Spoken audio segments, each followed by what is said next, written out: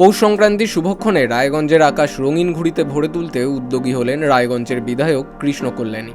তার উদ্যোগে আগামী 14 জানুয়ারি রায়গঞ্জ ব্লকের কামলাবাড়ি অঞ্চলের উদয়পুর উদয়ন ক্লাব মাঠে অনুষ্ঠিত হতে চলেছে কাইটস ফেস্টিভ্যাল। এই উৎসবে আকাশ জুড়ে থাকবে নানা রঙের ঘুড়ির সমারোহ, পাশাপাশি ঘুড়ি ওড়ানোর প্রতিযোগিতা, শিশু ও পরিবারের জন্য বিনোদনমূলক আয়োজন এবং মিলন মেলার আবহ উৎসবকে আরও আকর্ষণীয় করে তুলবে। সুর, হাসি ও উৎসবের আনন্দের মুখর হয়ে উঠবে গোটা এলাকা। আয়োজকদের মতে ঘুড়ির ডানায় ভর করেই প্রকাশ পাবে স্বাধীনতার আনন্দ, পারস্পরিক মিলন ও নতুন বছরের শুভাশা। উৎসবের প্রস্তুতি পরিকাঠামো খতিয়ে দেখতে এদিন সংশ্লিষ্ট মাঠ পরিদর্শনে যান বিধায়ক কৃষ্ণ কল্যাণী।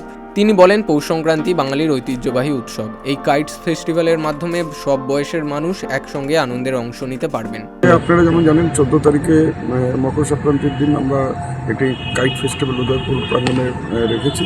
আর ওই কাইট ফেস্টিভ্যালেরই মাঠ পরিদর্শন করতে এসেছি। আমার পাশে রয়েছেন উত্তর দিনাজপুর প্রেস ক্লাবের সভাপতি অমিত সরকার, আর উপস্থিত রয়েছেন জেনারেল সেক্রেটারি অলিভ মিত্র মহাশয়।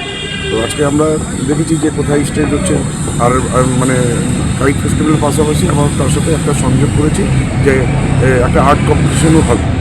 তো সেটাই আমরা পরিদর্শন করছি, আর কোথায় কী হিসেবে আমরা সাজাবো আর নিজেদের মধ্যে আলোচনা করছি। আজকে RCDPO আমাদের মিটার পার্টনার রয়েছে, তো অমিত বাবু রয়েছেন, ওনার সাথেও আমরা কথা বলতেছি যে এই ফেস্টিভ্যালটাকে আমরা কী হিসাবে সেলিব্রেট করব, কী হিসাবে পার্টিসিপেট আসবে, রেজিস্ট্রেশন, এগুলো নিয়ে নিজেদের মধ্যে বিচার বিমর্শ করে মানে খুব সুন্দর একটা উপহার রায়গঞ্জবাসীকে উপহার দিতে পারি, তার নিরন্তর প্রয়াস করছি। তিনি আরও জানান, উৎসব চলাকালীন পর্যাপ্ত নিরাপত্তা ব্যবস্থা, স্বেচ্ছাসেবক ও প্রয়োজনীয় পরিষেবার ব্যবস্থা রাখা হবে, যাতে সাধারণ মানুষ নির্বিঘ্নে নিরাপদে এই উৎসব উপভোগ করতে পারেন।